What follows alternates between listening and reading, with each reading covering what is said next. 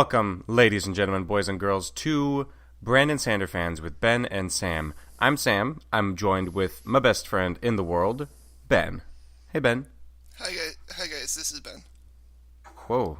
Ben, you sound kind of sad. You okay? Sam, I got some news. Not news. We've had some positive feedback to the show, which is great. Thank you guys very much. Yeah, thank you for listening. I did get something that, is sad, but I'm glad that someone communicated it with me. I got an email here from one of our listeners, and I just want to read it on the show. Okay. So that we can address this and we can just move on. Yeah, Is that yeah. okay? Yeah, go right ahead. I'm a little worried. Go ahead.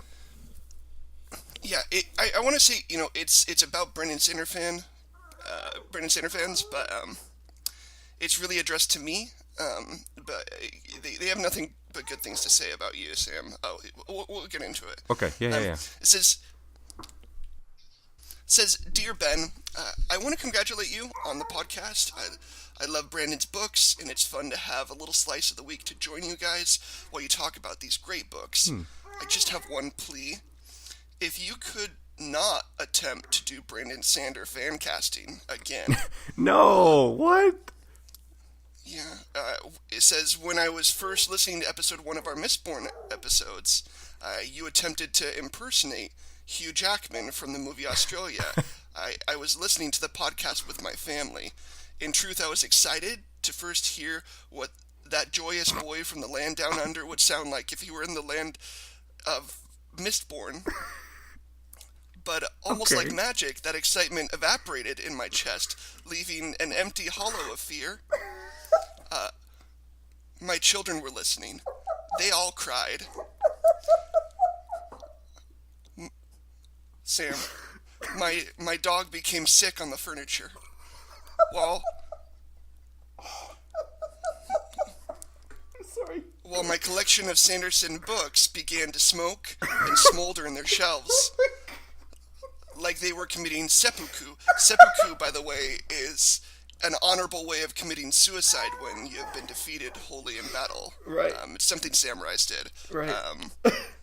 It was only the Bluetooth connection on my Android phone with my stylish and sensible LG watch that allowed me to turn off the podcast quickly enough that the house was able to be salvaged. He continues, I'm not writing you for reparations. In fact, your podcast continues to bring me joy each week. Oh, good. I am also not suggesting that Sam was to blame for this. It was unequivocally your terrible impression that... I'm sorry. That almost lost me my whole life. I just ask you, please, Ben, do not attempt to perform Sander fan casting again. I thought that maybe you would have learned your lesson after the first incident, but last week your Yoda impression attracted a herd of sick cats to my backyard. And they have not been able to leave, and frankly, they're dropping like flies.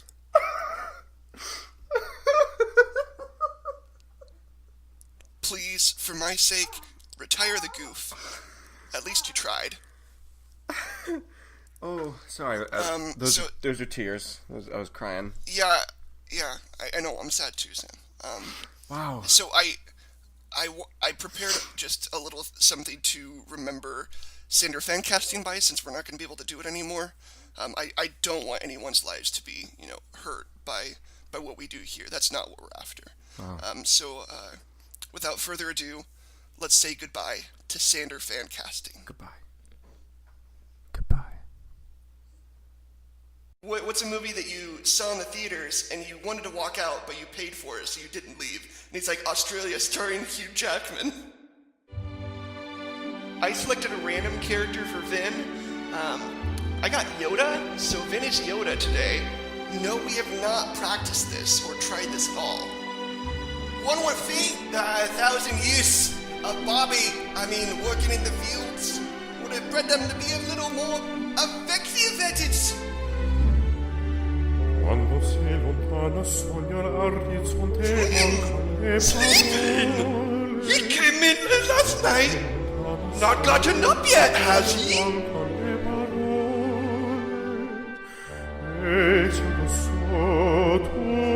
Half a dozen or so.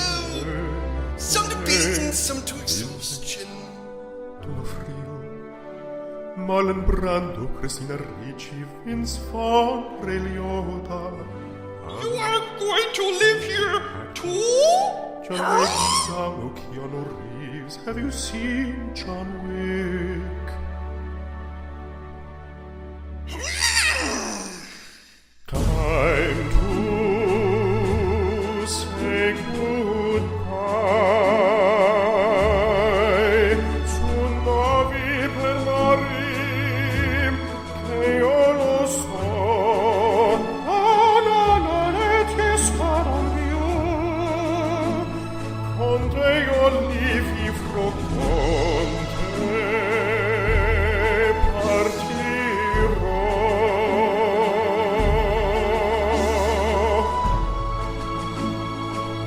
Sander fan casting, you'll live on in our hearts forever. So good.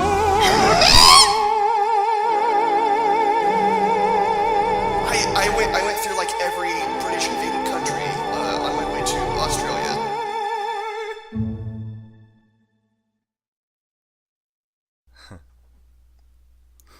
In the arms of the angels, fly away. In the arms of the angels. Sarah McLachlan, can you please leave my office? Thank you. It was very That nice was of you to make touching. an appearance. That was beautiful. That was touching. I'm sad to see it go.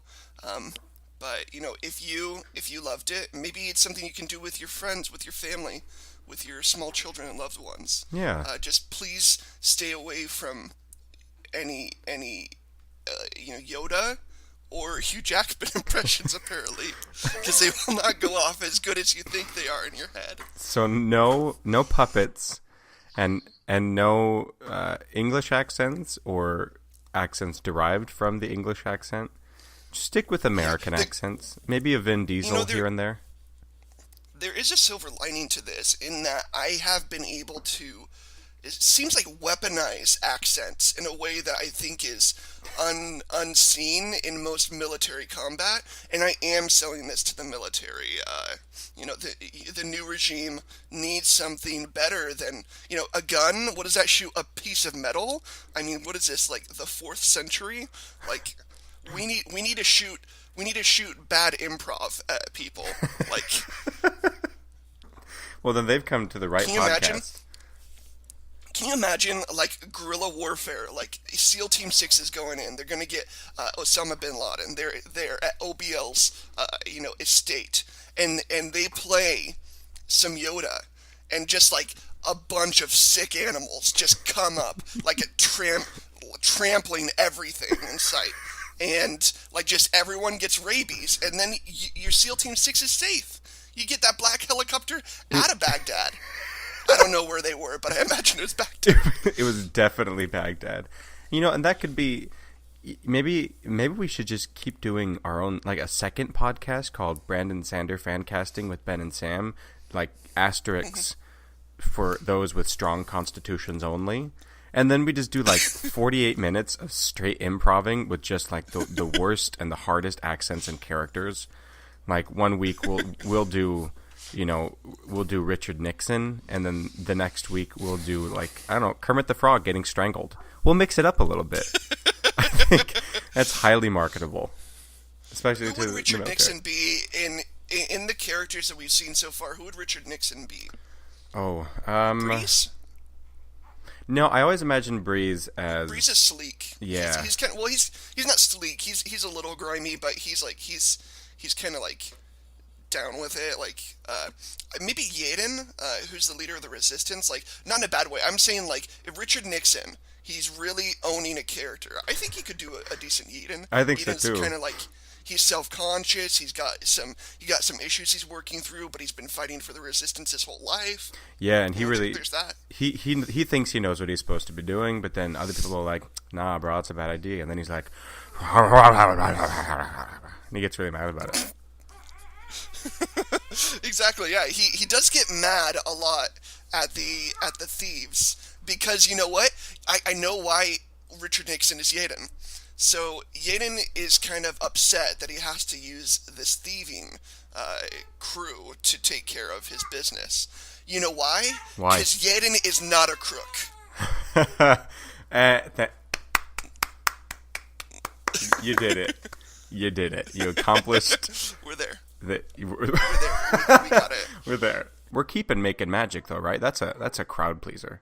Yeah, making magic. After eel magic, actually, we got a couple requests. We have sold eel magic to actually a couple different movies and books. We're just gonna see what sticks. I mean, this isn't gonna go public. Like, guys, don't tell anyone. But we have funded pretty significantly with eel magic. Yeah. Wow. So can I quit my job? I'm sorry, Sam, you're not going to be able to get a cut of that because most of the stuff they wanted from the eel magic was stuff that I mentioned, mostly the bird money, getting the birds for money. That was really the only good part about it. So that was. I'm glad you'll be seeing some. Also, when I say we sold, I mean like we got like maybe 4 quarters a couple times.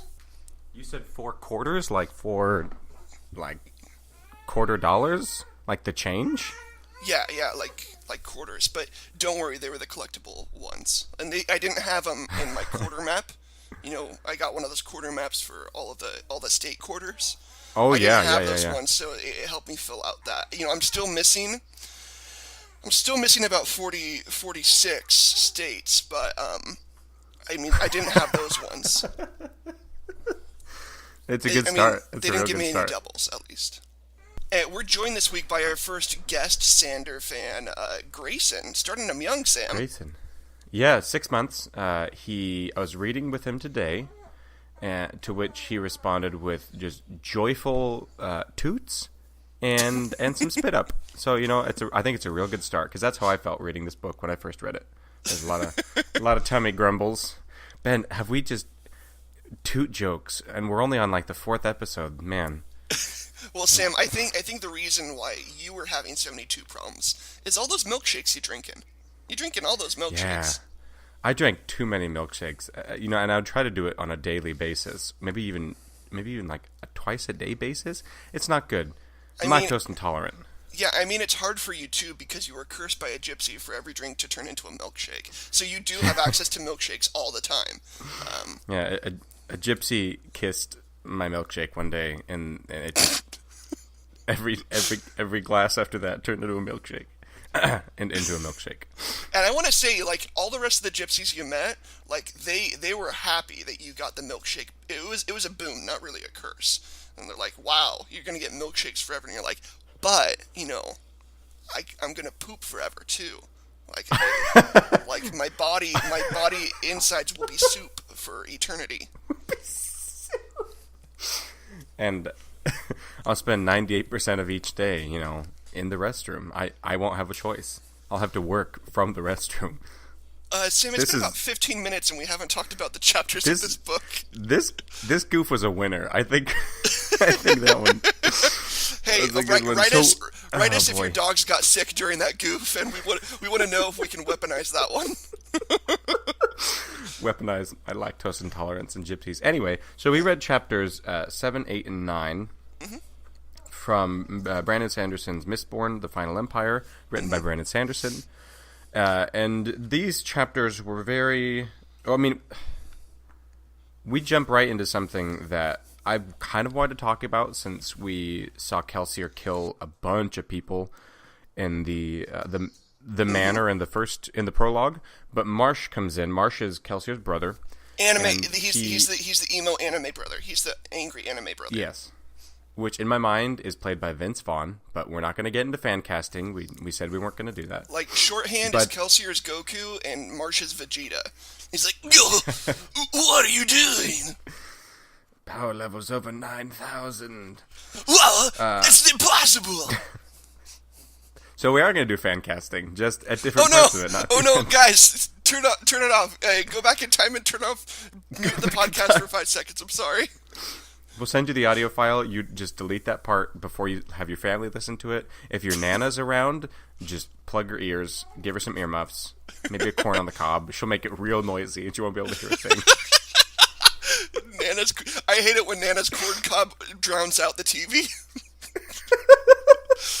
We keep her in a glass box in the closet just so we can't hear anything she says or does. But she loves that corn cob. I wouldn't dare take it from her.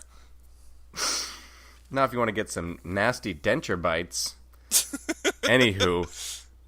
I thought it was weird when she took out her teeth and just chewed up the corn cob with her hand like a puppet.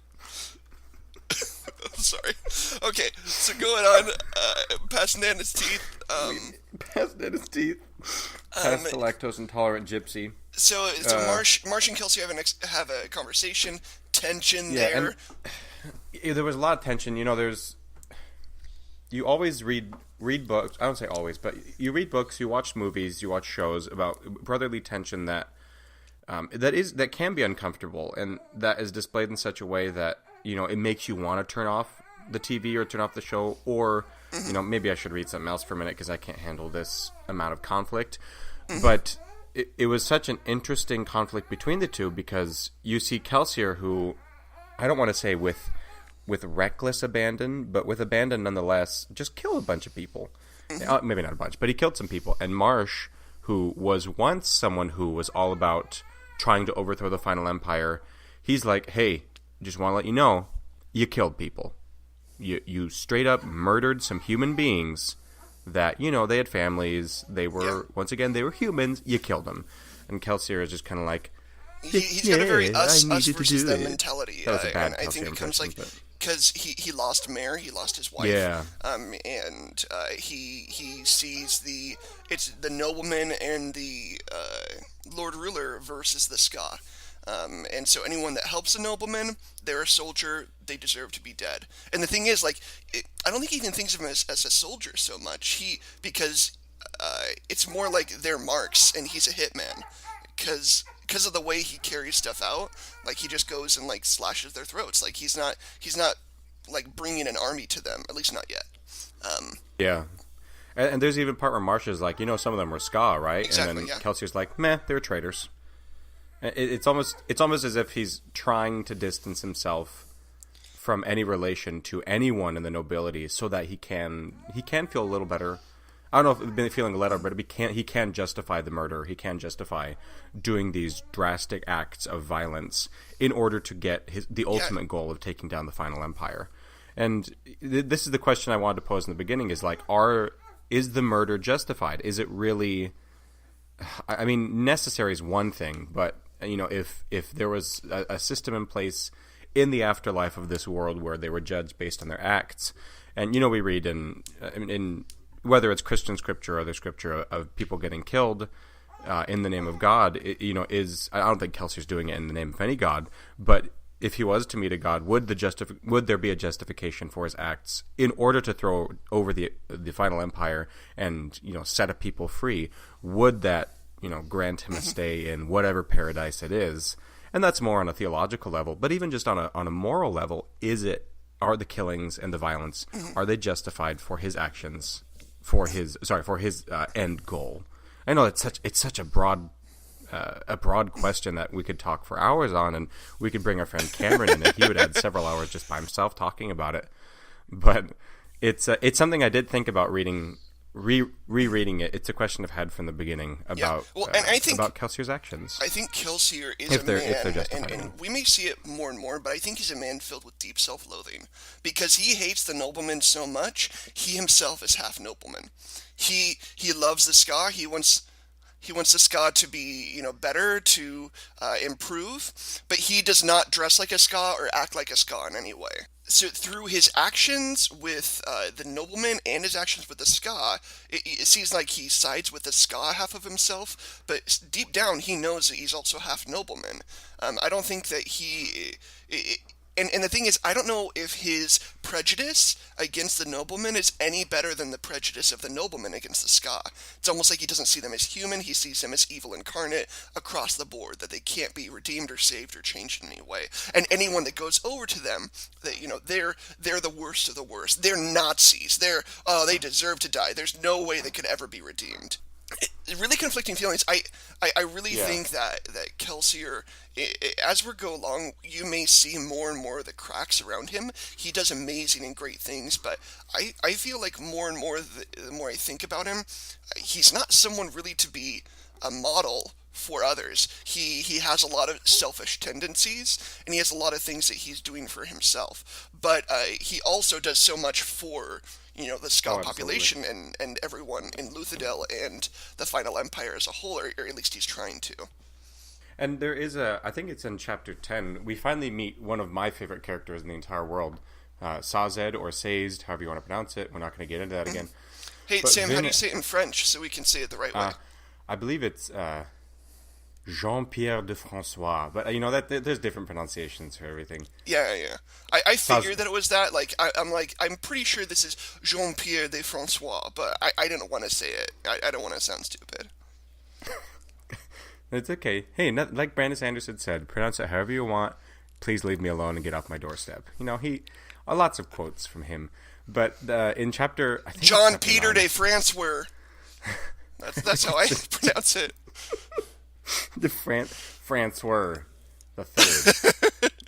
The third. But Vin asks Sazed, Vin says, is Kelsier a good? Essentially, is Kelsier a good man? Is he a good person? And Sazed said, yeah, he's one of the greatest men I've ever known. And I'm more than positive Sazed knows about all the murder and all the destruction that he's caused, but yet there's something that Kelsier has done or continues to do that really does make him a great person in his eyes, and even in the eyes of many others. And like you said, he's not a great person to model yourself after, I guess, because of his the negative attributes and characteristics he has. But there is something that he's doing that is good for the Ska populace as a whole. I almost said on the whole. That's bad. Good for the Ska populace as a whole, and then good for what their plans are trying to accomplish. And Oh, go ahead. Sorry. No, I was just gonna say it's a subject. He's a good person, but is he really a good person? It's something we could talk about for a long time, but it's a question that I keep posing myself after each time something happens. I'm like, Kelsier, you're naughty. You're naughty. You're a naughty boy. You're a naughty boy. Bad. You're bad. We learned a little bit more about Sazed and kind of some of his practices in the next couple chapters.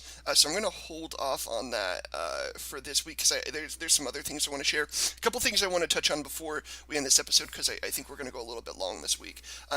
Allomancy. Vin finally gets her lessons in Allomancy from Kelsier. Kelsier said that he would teach her if she stuck around, and this night he tells her everything there is to know about Allomancy, that he knows at least, everything that she could know. So she could, at this point, up and leave if she wanted, because she has the secrets. That's what she was really staying around for, except it wasn't. He even in the carriage ride gives her money, gives her the opportunity to leave, and she chooses not to. She says, I'm going to stick around to see what's going on. That's why she wants to know if Kelsey's a good man, and why she asks Sazed. But we learn about pushing, about pulling, emotions, physicality, metals, and external things. Really, really cool stuff. Brandon said that he wanted this magic system to be very physics-based. He's like, it's telepathy, just with metal. But I wanted to make it specifically like you can only push as much as you weigh. Because that's as much force as you have to push with, just like in real life. And you can only push in one direction. Like you can't take a coin, shoot it out, wiggle it around in the air, shoot it to a million different places. You'd have to shoot it out, pull it back to yourself, shoot it out again. It's a lot more like a dance that way. There's limitations, but it makes it so much more interesting and meaty to me at least. Absolutely. And there was a moment that Kelsier says the same thing. He's like, it only goes in straight lines, or it only goes away from you until it hits something larger than you, and then you get the effect. There's consequences for each action of Allomancy, and watching the first time that Vin pulls up the blue lines when she burns steel, I think, whatever it is. He's like, okay, don't worry about that right now, and then she's like, maybe I am going to worry about it right now, and then she pulls a nail towards herself, and she freaks out, and then he pushes the nail away. And if it was a world that you pull something at yourself, and no matter where you move, it just keeps coming at you, like it curves and it follows your exact path, that wouldn't be as it wouldn't be as long a book as Mistborn was, because I think so many people would just be dead. And it's like, I'm gonna pull this sword towards me, and then I'll jump out I'm cut in half. There are two of me now. That's it. There are two of me. There's not an Allomancy for two of me, though. I am dead. I completely agree. Smart, it's a smart limitation. I think it's interesting to make a magic system that is dangerous to yourself as well. Like, it's skill based. You have to know what you're doing.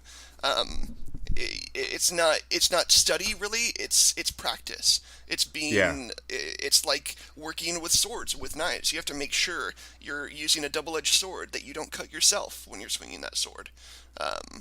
Absolutely. So it was really, really interesting to me. But there's cool stuff, cool implications. I remember when I was first reading about the explanation of Allomancy in these chapters, and I just anticipating all the things that could happen with all of the different powers she had. She can make herself stronger. She can make herself more aware of her surroundings. She can, pull and push, but what if she has something heavier behind herself and she's pulling on that and then pushing on something else or pulling on something else? Does that add to her weight? How does that strain her body? Can she make her body stronger? So there are ways that you can kind of leverage your own body to do greater things, but we'll go over that as we get more stuff. There is the first Allomancy fight where she gets to fight with Kelsier. There's a time jump after the end of part 1.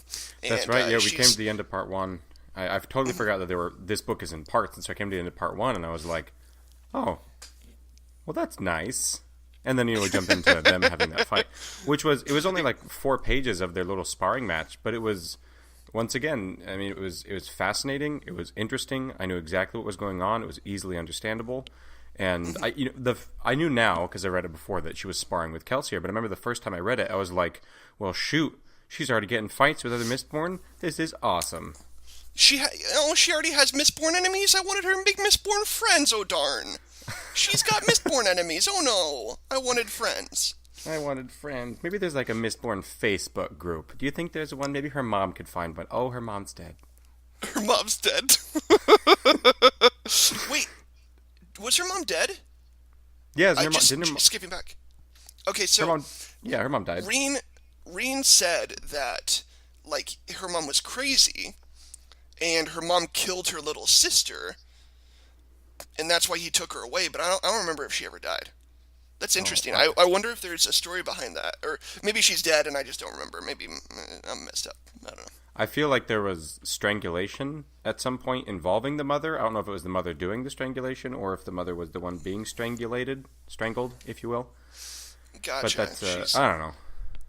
I often read books and then I forget important details and insert my own important details. Oh, I remember what it was. She was wearing a really good scarf and it got caught in a door and she fell down some stairs. That's really horrible. I'm sorry. Oh, man.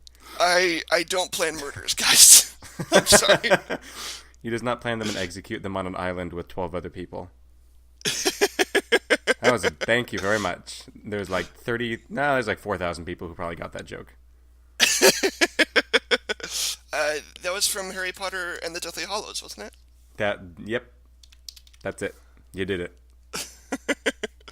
Okay. What else happened in these chapters? I mean, the biggest part of it was the Allomancy.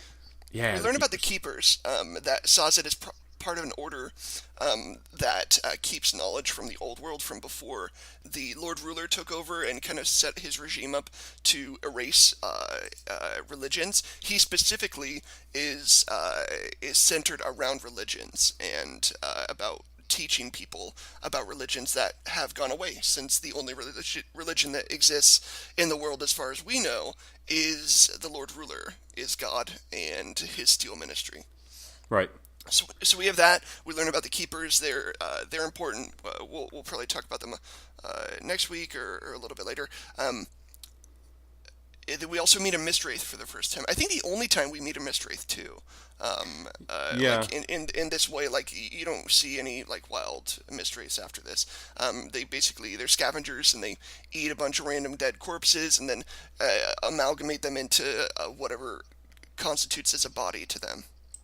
And I remember the first time I read it, I guess I totally misunderstood the description of it, or I'm sure I was trying to zoom through it and finish it as fast as I could. But it makes a point to mention that Mistwraiths aren't just blobs. There is a certain form to them. And rereading it again, it talked about the muscles that were working as it was moving forward, and talked about, the certain arms and legs, not only inside, but the arms and legs of it itself. I'm really glad I had that clarification. And not that I misled anyone talking about it, but I'm glad for me that I had that clarification, because I was wrong, and I was happy to be proven right, or I was happy to be proven wrong by, the guy who wrote the book, right? The guy who wrote the dang thing. So it was good. But yeah, these chapters were, they seemed to fly by for me, but there were very important things that happened, with Allomancy and with meeting Sazed and of course meeting Marsh and what became of that. But it was there were some good chapters, guys. I hope you read them. I hope you enjoyed them. Yeah, I hope you like the Cronenberg creation that he had just wandering around in the wilderness before they met Sazed. He just Cronenberged that one out. All right. So to finish this episode this week, let's make some magic, Sam. Yes, I want to make magic so bad. Okay, so I'm going to pull up the random noun generator, and the random noun this week is Drum web. roll. Web magic. Web magic. How does magic. web magic work?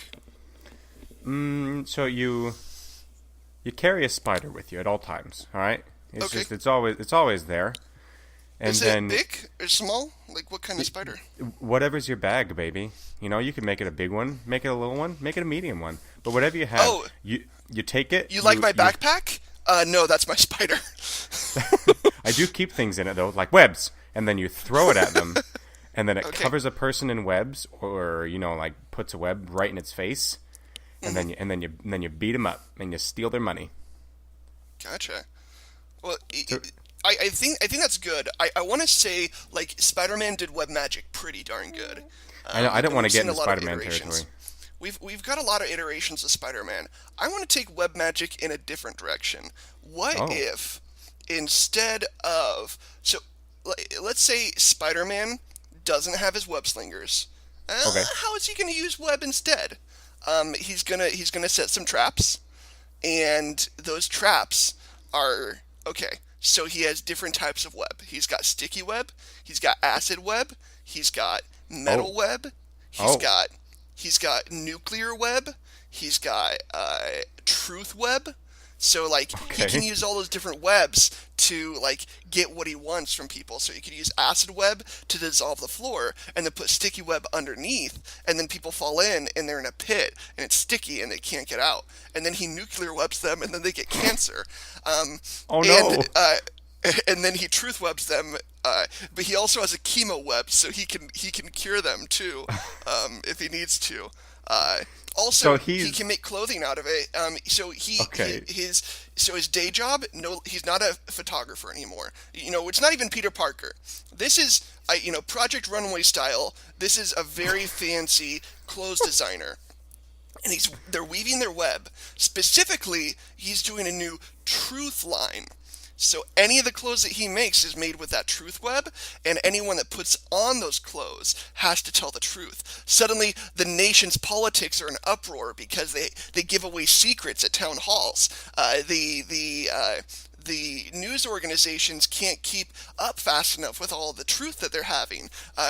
Juries and courtrooms, all of the jumpsuits that convicts are wearing are made of truth web, so you know immediately when they go to the plea hearing and they're like, "Are you guilty or not guilty?" And they're like, "I'm not guilty." And I don't know why you would lie about being not guilty, but that'd be a way, like, immediately they're like, I plead not. Yes, I'm guilty. I did it. I stole all the bananas from the banana island, and that's Not how you get the banana Island. grabber. TM. TM. Okay, I really like this because I imagine Tim Gunn with a room, you know what, a mansion full of thousands of different types of spiders with And which he's become close friends. Tim Gunn is always wearing truth web because that boy always tells it how it is. He always tells it like it is. Oh yeah, zero He's chill. got nothing to hide. Absolutely Exactly. not. He's like, So he's got. "This is constipated." Oh no, I'm sorry, your books are on fire. Just did an impression again. Oh no. Here, I'll do a Tim Gunn impression. That way they'll set themselves back. Okay. Okay. This is constipated. I don't know what it's trying to make me feel, but I'm not feeling it. And then he acid spiders them in the face, and they're out of the competition. Yeah, he acid spiders them. What are other webs that this? I'm gonna say this is the new. It's not Spider-Man. It's way better than Spider-Man. Spider-Man 2. What is Spider-Man 2's other webs that they can use? Okay, let's see. Spider-Man 2. He's got. You already mentioned it. He's got nuclear. He's got web. He's got food webs that he uses to feed the homeless. Oh yeah, he can like maybe weave a nice apple pie for them, and Yeah, they and it eat tastes it, and they're really like, sweet. there is a lot of spiders in this though. You know that Spider-Man 2, right?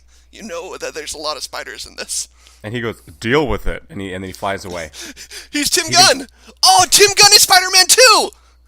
Yeah, that's what we're talking about. Okay. Tim Gunn is Spider-Man 2. It's Spider-Man 2. He's got Youth Web, which keeps him very young and looking fresh all the time. Oh, absolutely, absolutely. He's Because got. Tim Gunn, he has not aged a day since he started Project Runway. I want to say that right now.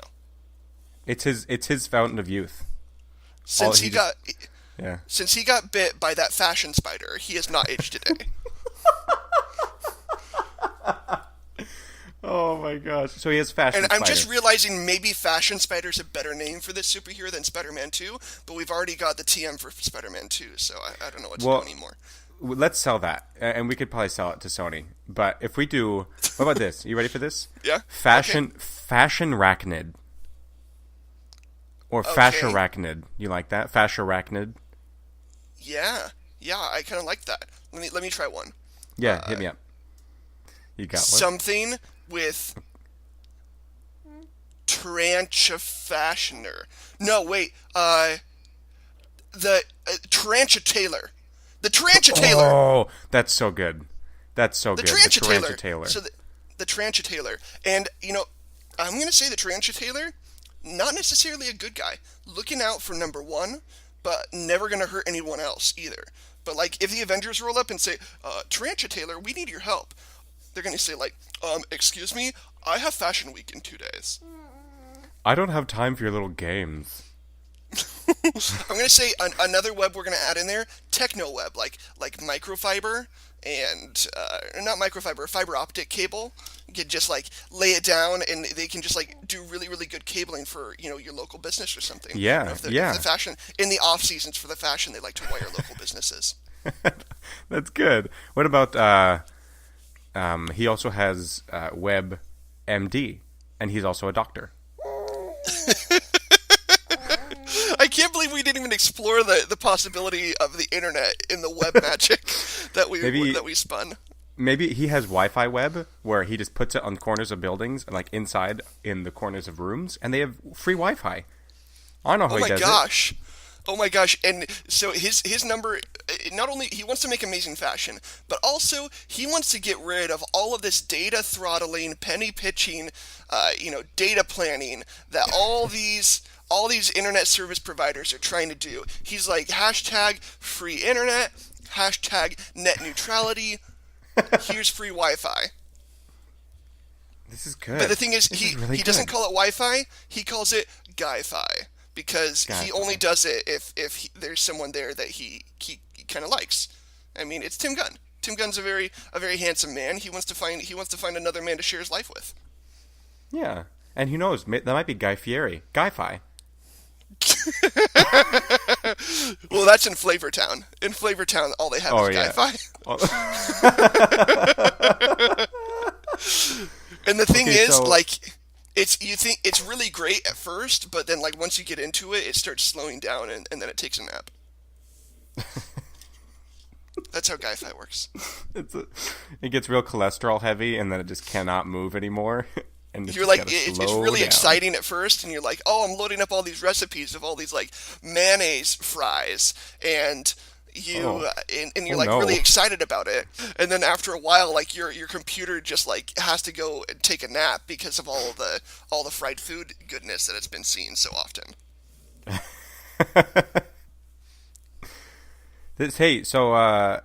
Contact us. We're at the not TV Repairman. That's the other one. We're Brandon Sanderfans at gmail.com. Or we're at selling Spider-Man 2 on Twitter. We're selling Spider-Man 2 : Tarantula Taylor. Well, we're not selling Tarantula Taylor. We need to keep that one. But you can have Spider-Man 2. I don't know if Sony's ever going to make a sequel to a Spider. If that's a good idea, but we'll see. Maybe like a Spider-Man Roman numeral 2. Ooh, I like that. And the 2 is like 2 webs. Flip. Oh, and the 2 webs are the two webs are the eye in Spider-Man, so it's like Spider-Man. All right, I get it. All right, we're asking for a cool 1.2 million. All right. Well, thank you guys so much for listening to this week's episode. Next week we'll be back with chapters 10, 11, and 12 of Mistborn and the Final Empire. For Brandon Sanderfans, I'm Ben with my best friend Sam, and read a book. I'm Sam with my best friend Ben. Read a book. Sorry, I cut you off. Read a book. Read a book.